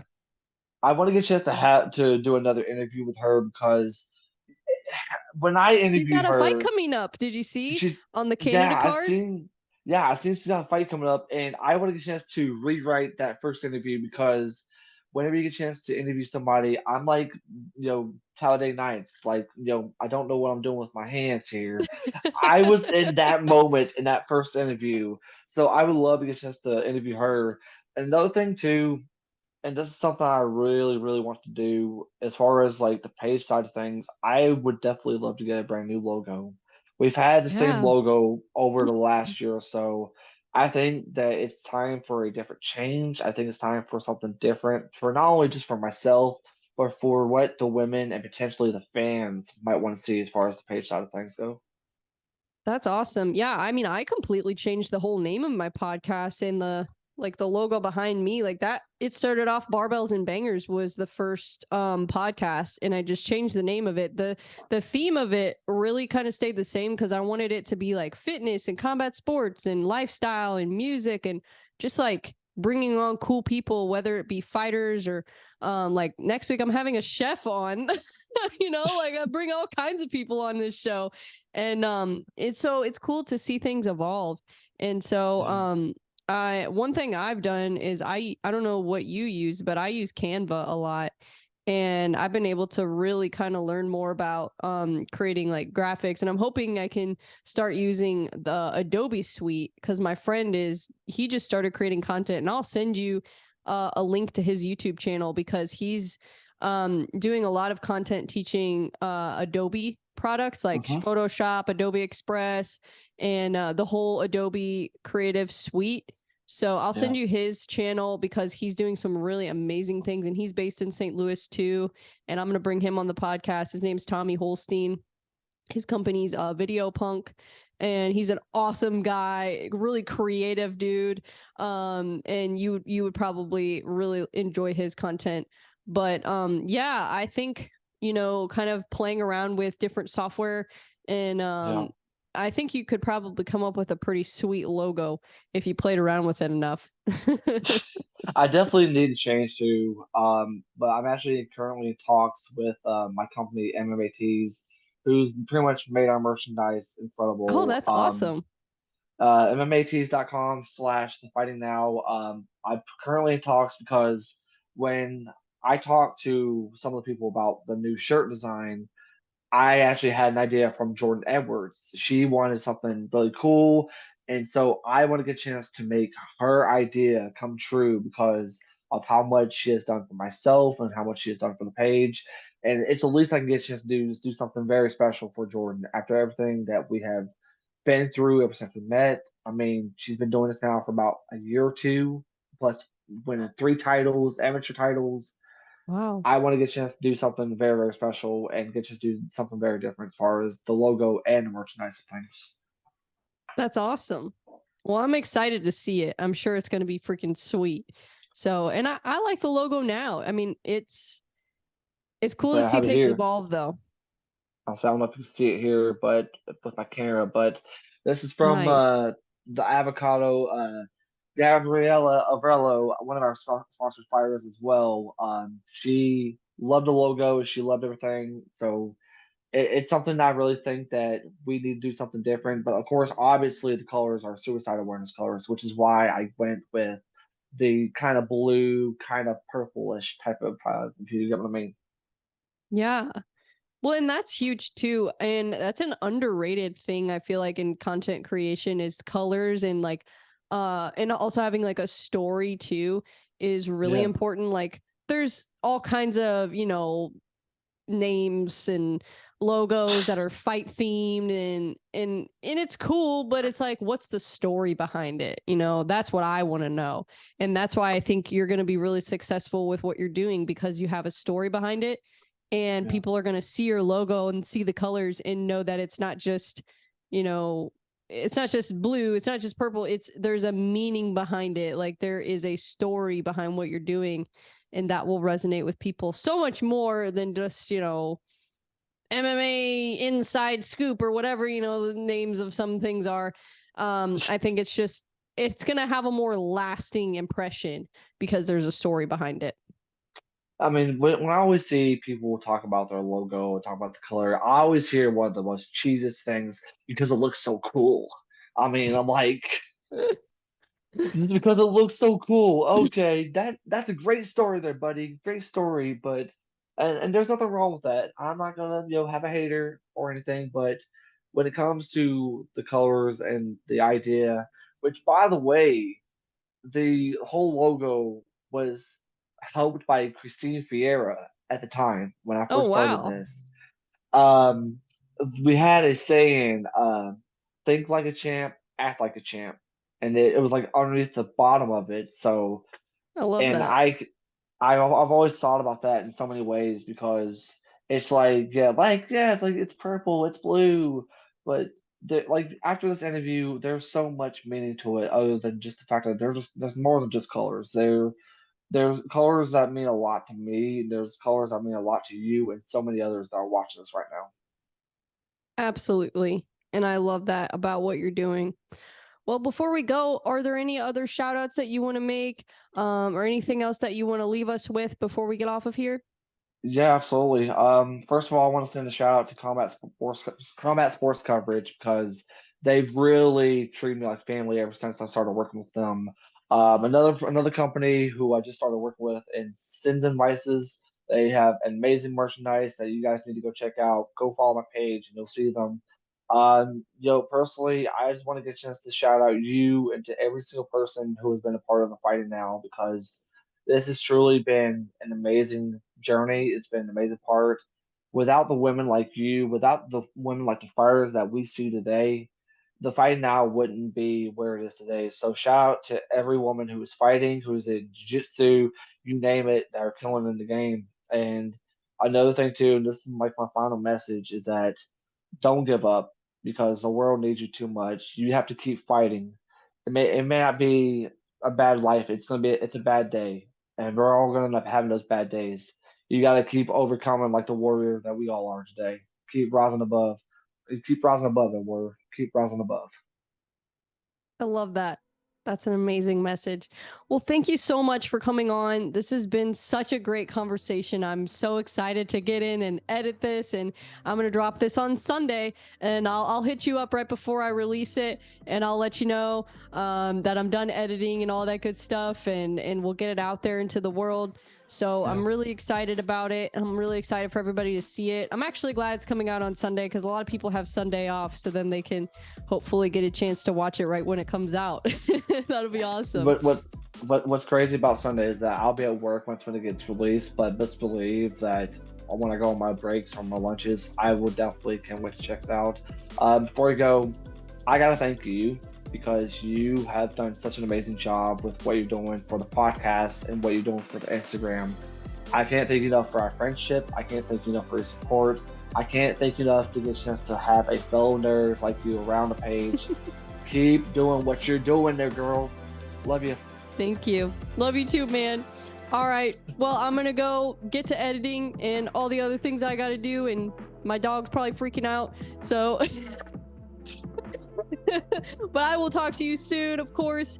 And anything you need, you just let me know, okay? Of course. Thank you, girl.